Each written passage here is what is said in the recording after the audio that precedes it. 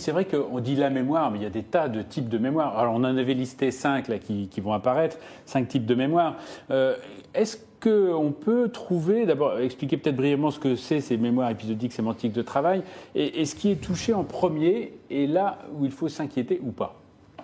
Alors, on va commencer par la mémoire sémantique, parce que je crois que c'est la plus intéressante et la plus importante à bien comprendre. La mémoire sémantique, c'est la somme des informations que nous avons mises en place. C'est ce répertoire de connaissances que nous avons structuré au cours de notre apprentissage, développement, de nos études, etc.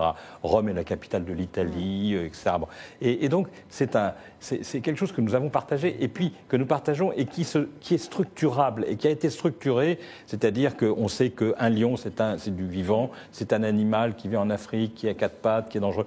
Petit à petit, on a structuré ce savoir, et c'est organisé dans une région du cerveau qui s'appelle la région temporale externe. Donc là, il y a ce répertoire de connaissances de base qui fait qu'à chaque fois que je vais voir un objet, je vais activer le tiroir, et puis tiens, ça c'est un marteau, ça c'est une paire de chaussures, ça c'est un revolver. C'est important, si vous voulez, de pouvoir en permanence identifier un objet qui nous est présenté par rapport à un stock de connaissances pour pouvoir comprendre le monde dans lequel on vit. C'est important que je reconnaisse un pistolet, que je sache que c'est quelque chose d'éventuellement dangereux, pour que mon attitude, mon comportement soit adapté par rapport à cette découverte. Donc, si vous voulez, on a en permanence un système. Par exemple, les visages, eh bien, j'ai mon répertoire de visages. Je vois un visage ami, hop, tout de suite, j'active et je sais qui c'est. Donc on a en permanence ce système de répertoire, de bibliothèque, où on a rangé toutes les informations de base et qui nous permettent de comprendre le monde.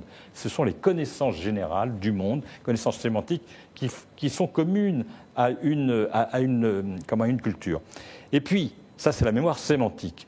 Et puis il y a des choses complètement différentes, c'est la mémoire personnelle. C'est la mémoire, ce qu'on appelle épisodique. C'est-à-dire, c'est ma mémoire personnelle, ma mémoire de mes épisodes. Autant nous avons nos connaissances sémantiques qui sont partagées, autant ce que j'ai fait hier, ce n'est pas la même chose que ce que vous avez fait hier. Et ce que vous avez fait le soir du 31 décembre, c'est différent. Donc, on a une mémoire personnelle, qui est la mémoire propre de tous nos événements personnels. C'est notre mémoire événementielle, notre mémoire épisodique, les épisodes de notre vie.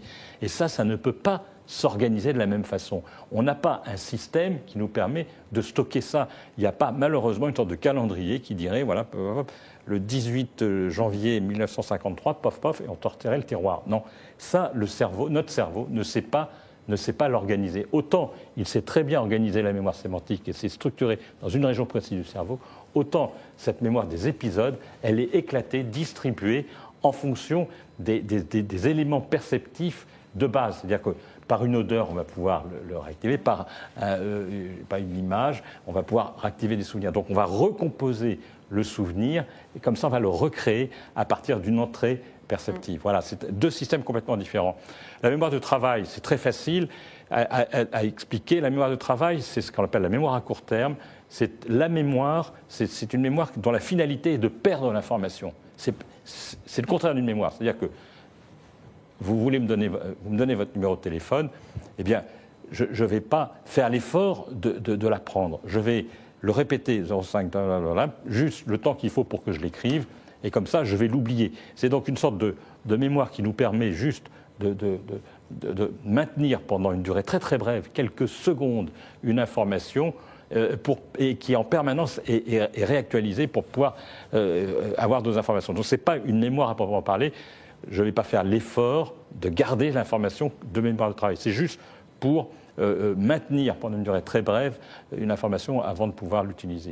Les mémoires procédurales sont les procédures que l'on a acquises au cours de notre développement pour la marche, la conduite automobile.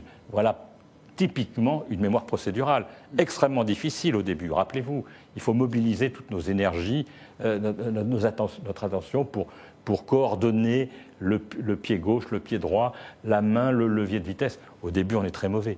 Et puis petit à petit, on arrive à procéduraliser cette pratique.